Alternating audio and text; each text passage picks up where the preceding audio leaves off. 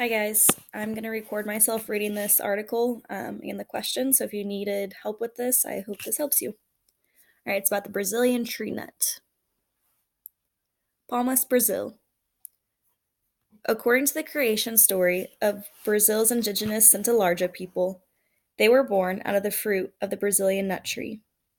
Now the Santa Larga are hoping that the mighty tree will be the key to their future in the Amazon rainforest.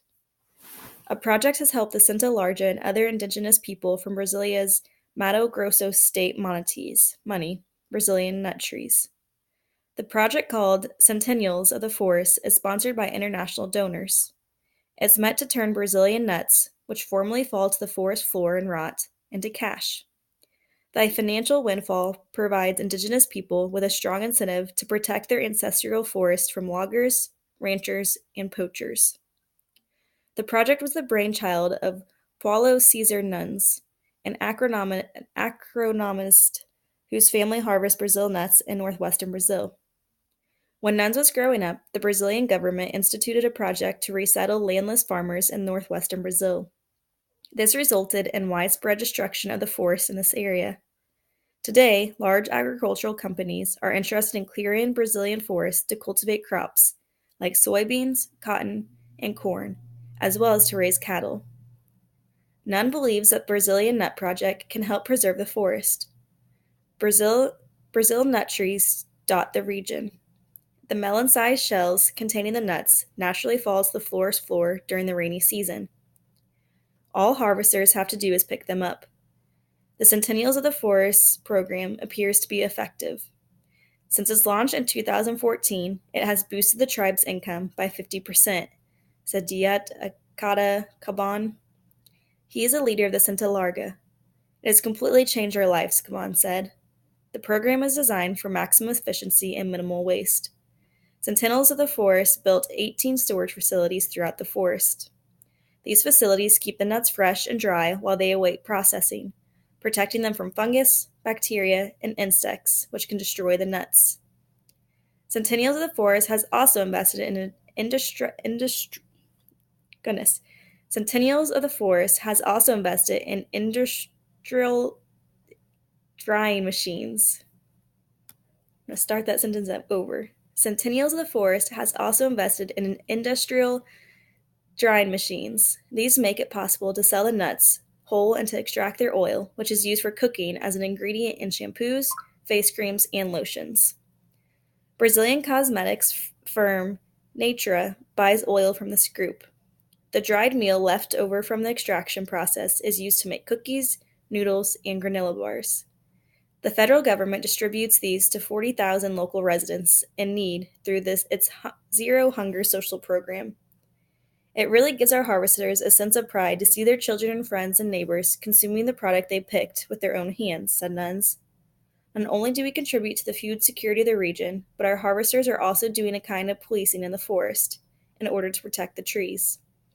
Some 350 people, including tribe members and local family farmers, work on the project. They expect to fill warehouses with the nuts they harvest. The area's indigenous people live on large reservations, so there are plenty of nuts to be collected. People have told us, "Too bad this project didn't exist 20 years ago," Nunn said. If it had, lots more forests would still be standing today. The Associated Press contributes to this story. So now you click, I read the article, I did not read the article. Tell me your opinion. Using land for farming is more important than protecting trees. Do you agree or disagree? It's strictly your opinion.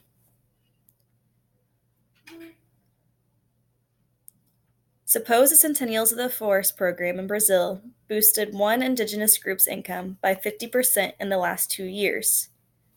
If the tribe's average income was $75,000 2 years ago, what is its income after its boost? Okay, so to figure that out, you need to take 75,000, divide it by 2, and whatever your answer is, you need to add that back to 75,000. All right, according to the article, how do the Santa Larga and other indigenous people benefit from the Sentinels of the Forest Project? The groups have been able to continue living on reservations, even though large storage facilities have been built in the forest. The groups have been able to meet a variety of loggers, ranchers, and poachers who are interested in the Mato Grosso region. The groups have been able to learn about the growing soybeans, cotton, and corn on the land within their reservations. The groups have been able to increase their incomes through the sales of Brazilian nuts, extracted nut oil, dried meal left over from the